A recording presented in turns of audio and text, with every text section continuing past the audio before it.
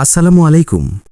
গাজা সিটির বৃহত্তম চিকিৎসা কেন্দ্র আল শিফা হাসপাতালের উপর ইসরায়েলি সেনাবাহিনীর নির্মম হামলা চলছে। হাসপাতালের আশপাশের ব্লকগুলো ধ্বংস হয়ে গেছে এবং আতঙ্কিত রোগীরা নিরাপদ আশ্রয়ের জন্য ছুটছেন। রোববার হাসপাতালের চিকিৎসকেরা ভয়াবহ দৃশ্য বর্ণনা করেছেন, যেখানে জরুরি চিকিৎসার প্রয়োজন হওয়া সত্ত্বেও অনেক রোগীকে পালাতে হয়েছে। হাসপাতালের মেডিকেল ডিরেক্টর হাসান আল শায়ের জানিয়েছেন, কঠিন পরিস্থিতি এবং প্রচণ্ড ভয়ের মধ্যেও আমাদের চিকিৎসক ও নার্সরা কাজ চালিয়ে যাচ্ছেন।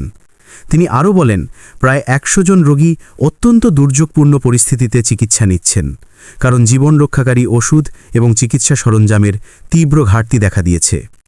ফিলিস্তিনি মানবাধিকার কেন্দ্রের গবেষকেরা নিশ্চিত করেছেন যে ইসরায়েলি সেনাবাহিনী আগুনের বেল্ট নামে পরিচিত অগ্নিসংযোগকারী অস্ত্র ব্যবহার করেছে, যা জমির একটি ফালি জুড়ে আগুন ছড়িয়ে দেয়।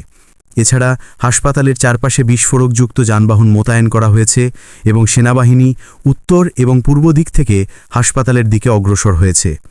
একই সময়ে ফিলিস্তিনি সংবাদ সংস্থা ওয়াফার উদ্ধৃতি অনুযায়ী গাজা সিটির আরেকটি চিকিৎসা কেন্দ্র আল হেলাউ হাসপাতালে ইসরায়েলি সেনাবাহিনী গোলাবর্ষণ করেছে। এই হাসপাতালে ক্যান্সার চিকিৎসা ও নবজাতক ইউনিট রয়েছে, যেখানে 12টি অকালজাত শিশুর চিকিৎসা চলছে।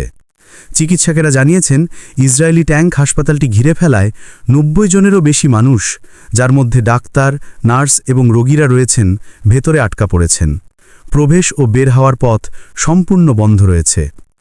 ইসরায়েলি সেনাবাহিনী রোববার গাজা সিটির রেমাল ও সাবরা এলাকা, বন্দর এলাকা এবং বেরুট স্ট্রিটের কিছু অংশে সরিয়ে নেওয়ার নির্দেশ জারি করে মেক্কা টাওয়ার নামে একটি বহুতল ভবনে বোমা হামলা চালায়।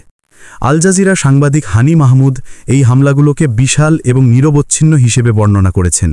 তিনি বলেন, এগুলো ভারী কামান, ড্রোন হামলা এবং ভূমিকম্প বোমার সমন্বয়, যা জমির একটি ভালি জুড়ে আগুন ছড়িয়ে দেয়। হামাসের সশস্ত্র শাখা কাসাম ব্রিগেড জানিয়েছে যে 2023 সালের 7 অক্টোবর ইসরায়েলে তাদের হামলার সময় বন্দী করা দুজনের সঙ্গে তারা যোগাযোগ হারিয়েছে।